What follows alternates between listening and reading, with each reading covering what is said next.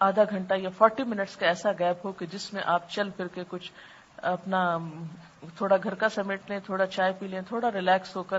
میں عموماً کوشش کرتی ہوں کہ جیسے نماز تراویح پڑھنے سے پہلے یا کلاس میں آنے سے پہلے کچھ دیر کی خاموشی اختیار کرتی ہوں.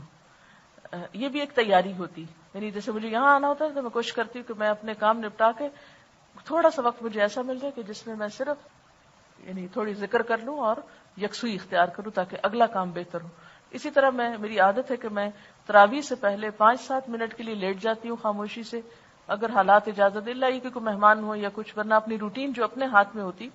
تو اس میں یہ ہے کہ ایک پوری ریلیکسیشن کی کیفیت ہوتی ہے. اگر آپ ریلیکس کرنے کے لیے اگر کوئی ایکسرسائز آپ کرتے ہوں تھوڑی بہت تو آپ اپنے آپ کو اس طرح بھی ریلیکس کر سکتے ہیں. پھر آپ دوبارہ وضو وغیرہ کر کے پھر آپ تراویح پڑھیں، پھر آپ دیکھیں کہ بہت لطف کے ساتھ آپ کی تراویح پڑھی جائے گی. ورنہ کیا ہوتا ہے کہ ہم کاموں میں اتنے لگے رہتے ہیں، گپ شپ پہ لگے رہتے ہیں، کوئی افطار کی ہوئی ہے یا افطار پارٹی پہ گئے ہوئے ہیں، بول رہے ہیں فالتو باتیں کر رہے ہیں، ریسیپیز ڈسکس کر رہے ہیں، اور پھر اس میں نماز کا وقت ہے تو اچھا ابھی چلتے ہیں وہ،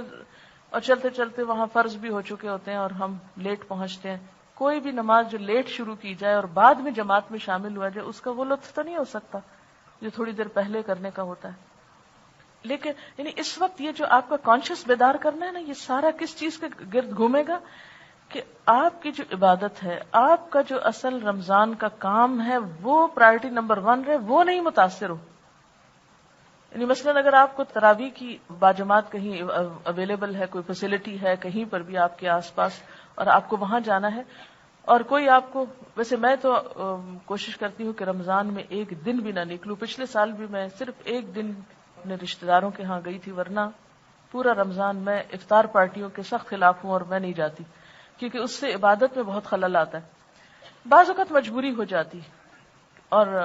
پھر یہ ہے کہ جب اگر کرانی بھی ہو تو جن دنوں نماز وغیرہ نہیں پڑھنی ہوتی ان دنوں میں یعنی لوگوں کو انوائٹ کیا جا سکتا تاکہ آپ کی عبادت پہ خلل نہ پڑے. اب آپ دیکھیں کہ اگر آپ کو کہیں جانا بھی پڑ گیا، یہ کوئی ایسی مجبوری بھی ہے تو اس میں آپ پہلے سے ان کو انفارم کر دیں. جب کوئی آپ کو دعوت دینے لگے تو کہے کہ اچھا اتنے بجے تک ہم فارغ ہو جائیں گے کیونکہ تراویح کے لیے جانا ہوتا ہے. یعنی پہلے سے دوسرے کو مینٹلی پریپیئر کر دیں کہ ہم اتنے بجے چھوڑ دیں گے آپ کو، تاکہ وہ پھر مائنڈ نہ کریں اینڈ ٹائم پر. ورنہ تو کیا ہوتا ہے، افطار آ رہی ہے، پھر کھانا آ رہا ہے، پھر چائے آ رہی ہے، پھر پان آ رہا ہے، پھر سونف آ رہا ہے، پھر پتہ نہیں کیا، اور سلسلہ کہیں ختم ہی نہیں ہو رہا. اس سے پھر آپ بگدڑ میں جلدی جلدی تراویح پڑھ رہے ہیں تو اس تراویح کا جس میں نہ کوئی خشوع ہو، نہ ہی کوئی لطف ہو، نہ اور آپ تھکے ہوئے ہوں یا آپ سو رہے ہوں یا آپ بیٹھ کے پڑھ رہے ہوں، ان چیزوں سے پرہیز کیجیے. یعنی آپ کی پرائرٹی نمبر 1 کیا ہے کہ یہ جو نیکیوں کا موسم بہار آیا ہے اس میں زیادہ سے زیادہ میں نے استفادہ کرنا ہے، یہ آپ کے ذہن میں ہو. اور اس پر یعنی خصوصی طور پر اپنے جو ہیں تزکیہ کی طرف اور تقویٰ کی طرف اچھی عادتوں کو ڈالنا ہے، اس کی پلاننگ کر لیں. رمضان میں ان کو کرنے کی کوشش کریں، رمضان کے اینڈ میں ایویلویشن کریں کہ واقعی وہ چیزیں آئی ہیں آپ کے اندر یا نہیں.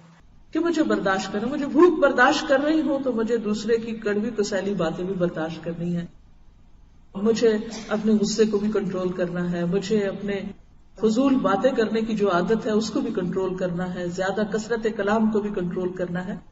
تو یہ جو سیلف کنٹرول ہے یہ ہوگا تو آپ بہتر انسان بن سکیں گے.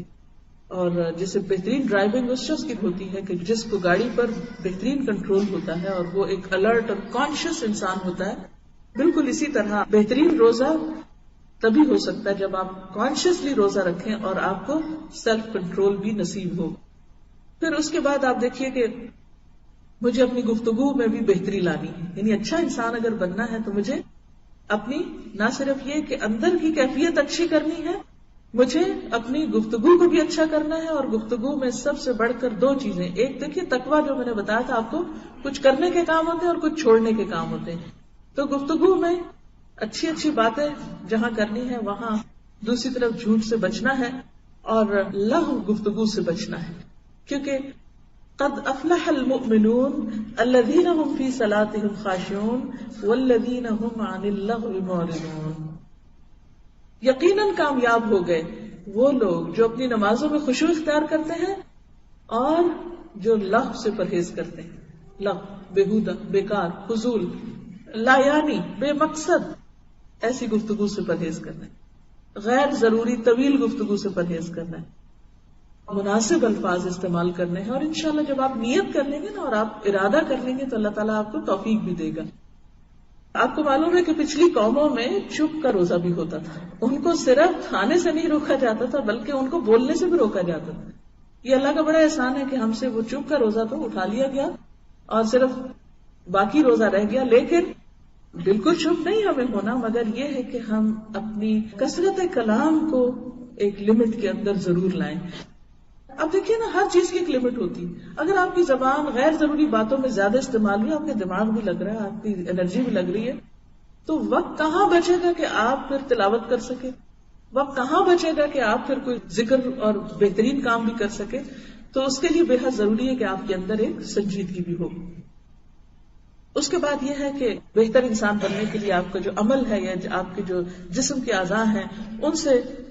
بہتر کام لینا، خواہ وہ اللہ کی عبادت میں ہو، نماز وغیرہ میں، خواہ وہ بندوں کی خدمت میں ہو۔ یعنی اگر آپ کسی کا ہاتھ بھی تھام لیتے ہیں، کسی کو سپورٹ دے دیتے ہیں، کسی کو اچھا مشورہ دے دیتے ہیں، کسی کا دکھ بانٹ لیتے ہیں، تو یہ بھی سارا کیا ہے؟ ایک طرح سے نیکی کا ہی ایک کام کر رہے ہیں اور اس میں آپ بہتری لا رہے ہیں۔ سیلف کنٹرول کی چونکہ ایک مشق ہے، تو اپنی اس بات کی بھی کوئی پلاننگ کر لیں کہ میں نے رمضان میں مثلا جھوٹ سے بالکل پرہیز کرنا ہے، اور پھر رمضان کے بعد بھی میں آئندہ زندگی میں اب اس سے توبہ کرتی ہوں، کیونکہ قیامت کے دن سچے لوگوں کو ان کی سچائی فائدہ دے گی۔